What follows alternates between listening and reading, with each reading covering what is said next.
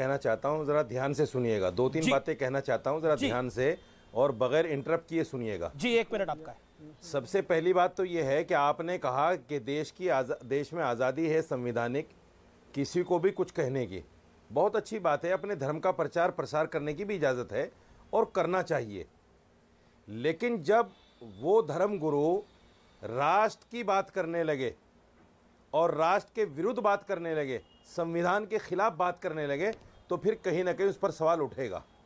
जब आप संविधान के खिलाफ बोलेंगे कि साहब आप मेरा साथ दो, मैं हिंदू राष्ट्र दूंगा, अरे भाई आप आध्यात्मिक गुरु हैं, आप धर्म की बात कीजिए, उसका प्रचार प्रसार कीजिए, कोई नहीं रोकेगा आपको।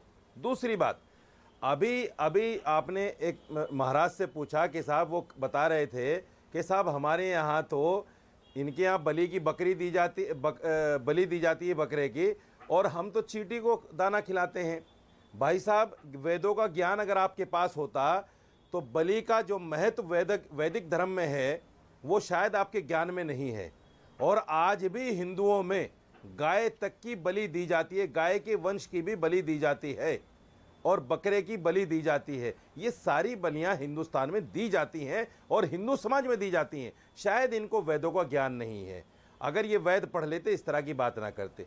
तीसरी बात एक और समझ लीजिए, किसी भी आदमी को ये कहने का अधिकार नहीं है कौन कहाँ जाए। बिल्कुल मैं आपकी बात से सहमत हूँ, मैं बिल्कुल सहमत हूँ आपकी बात से।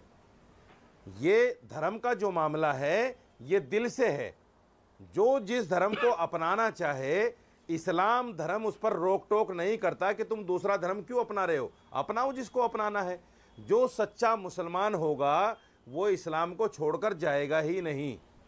दूसरी बात एक और बता दूं मैं आपको, अगर मैं अपने धर्म को सर्वोपरि बताता हूं, अच्छा बताता हूं, ये अच्छी बात है, लेकिन जब मैं दूसरे धर्म को बुरा कहना शुरू करता हूं तो कहीं ना कहीं अहंकार आ जाता है।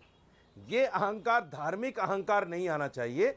अपने धर्म को आप अच्छा बताइए, बिल्कुल बताइए, कोई मना नहीं करेगा, लेकिन आप कहें इस्लाम में ये कमी है, नहीं, ये तो सुल्ताना बता रही है। सुल्ताना ने बताया कि हिंदू धर्म में भाई बहन में शादी नहीं होती। सुल्ताना ने बताया, कि धार्मिक गुरु ने थोड़ी बताया। ये बात क्या बागेश्वर धाम सरकार ने बोली, अनिरुद्ध आचार्य ने बोली, महंत नवल किशोर दास ने बोली, किसी ने नहीं बोली ना ये बात। ये तो किसी ने नहीं बोली, ये बात तो सुल्ताना ने बोली कि यहाँ पर 3 तलाक होता है। सुनिए, अभी अनिरुद्ध आचार्य कह रहे थे कि लोग बोलते हैं कि हमारा धर्म ऐसा है, हमारा धर्म ऐसा है, लेकिन सनातन धर्म जो है वो उसके बराबर कोई नहीं। ये अभी अनिरुद्ध आचार्य ने बोली है। दूसरी बात, धर्माचार्य वो बात ही कह सकते हैं। यहाँ क्या है, ये वर्चस्व की लड़ाई है, ये वर्चस्व की लड़ाई है। उन्होंने तो किसी धर्म का नाम नहीं लिया, इसको उन्होंने तो किसी धर्म का नाम ही नहीं लिया। अनिरुद्ध आचार्य जी ने तो उन्होंने किसी धर्म का नाम नहीं लिया। ये आप सोच रहे हैं कि आपके लिए बोला जा रहा है। इन्होंने बगैर धर्म का नाम लिए बोला है। ठीक है, मैं बगैर धर्म का नाम लिए बोला है। रिजवान अहमद लेकिन बोला है, आप सुन लीजिए जी। नहीं, अब आपने 3 मिनट बोला, अब आपने 3 मिनट बोला, आपको मैंने 1 मिनट का टाइम दिया था, मैंने आपको रोका नहीं क्योंकि आप बोलना चाह रहे थे, इसलिए आपने 3 मिनट बोला, आपने अपनी बात को रखा। रिजवान अहमद, अनिरुद्ध आचार्य गलत बोल रहे हैं, बागेश्वर धाम सरकार गलत बोल रहे हैं, लेकिन सही कौन बोल रहा है? फिर सुल्ताना गलत बोल रही है। जी शुक्रिया। सुल्ताना जो सूबी बन गई वो गलत बोल रही है।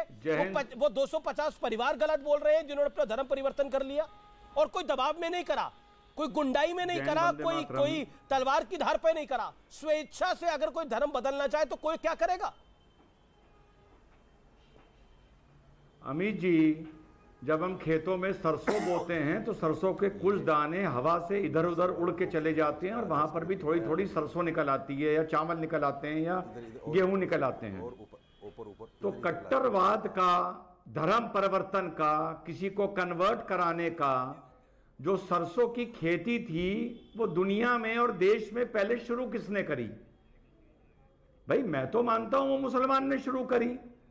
अब वो हवा से उड़ के वो बीज दूसरे धर्मों में जा रहे हैं। हिंदू धर्म एकमात्र ऐसा धर्म है, 2 धर्म, सनातन और यहूदी, जिन्होंने कभी भी अपने मजहब का कभी प्रचार नहीं किया। मुसलमान ने किया, क्रिश्चियन ने किया, बुद्धिस्ट ने किया, कभी इन दोनों ने नहीं किया।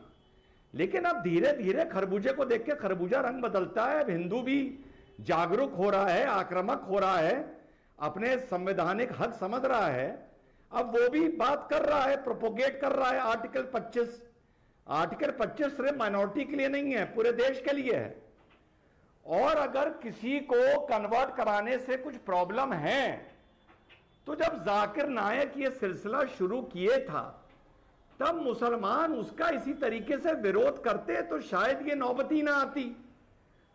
लेकिन जब जाकिर नायक कन्वर्ट कराता था तो वाह वाह वाह वाह करते थे, वाह वाह जन्नत मिल गई, सवाब मिल गया।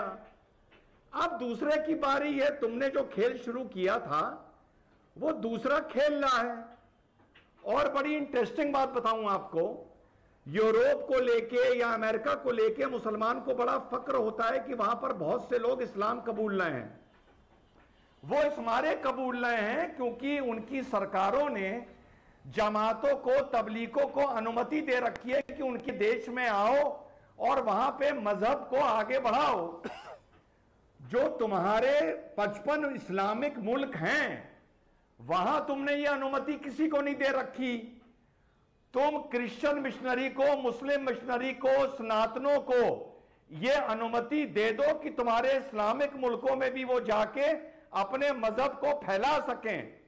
फिर 50 साल बाद बात करेंगे कि कितना अरब का ये बड़ा पॉइंट रख रहे हैं, ये बड़ा पॉइंट रख रहे हैं। क्या धीरेन्द्र शास्त्री को मिडिल ईस्ट के देश, इस्लामिक देश बुलाएंगे वहां पर कथा करने के लिए, या फिर महंत नवल किशोर दास को बुलाएंगे वहां कथा करने के लिए? और वहां पर क्या धर्म परिवर्तन हो सकता है, इसका जवाब जानने की चेष्टा करेंगे एक अंतराल के बाद। आप देख रहे हैं एक बहुत इंटरेस्टिंग डिबेट, लेकिन इसी बीच एक बहुत बड़ी खबर आ रही है। मैं ब्रेक के बाद वापस लौट रहा हूं, देखते रहिए आप।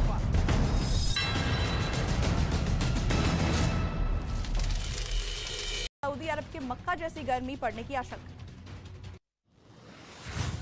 जम्मू कश्मीर के पुंछ में सेना ने लगाया मेडिकल कैंप, ग्रामीणों को मुफ्त जांच और इलाज की सुविधा दी गई। उत्तराखंड में भी गोवा, मणिपुर और केरल की तर्ज पर पर्यटन पुलिस को तैनात करने की तैयारियां। उत्तराखंड पुलिस मुख्यालय ने राज्य सरकार को एक रिपोर्ट भेजी। हिमाचल प्रदेश की मनाली में पर्यटकों की उमड़ी भीड़, बर्फबारी में स्कीइंग करते नजर आए सैलानी, पैराग्लाइडिंग करते दिखे कुछ पर्यटक। ब्राजील में भारी बारिश और बाढ़ ने जबरदस्त तबाही मचाई, बाढ़ और जमीन खिसकने की वजह से 36 लोगों की मौत। लाहौर हाईकोर्ट से पाकिस्तान के पूर्व प्रधानमंत्री इमरान खान को मिली जमानत। इमरान खान के खिलाफ एंटी टेररिज्म एक्ट के तहत वारंट जारी हुआ था।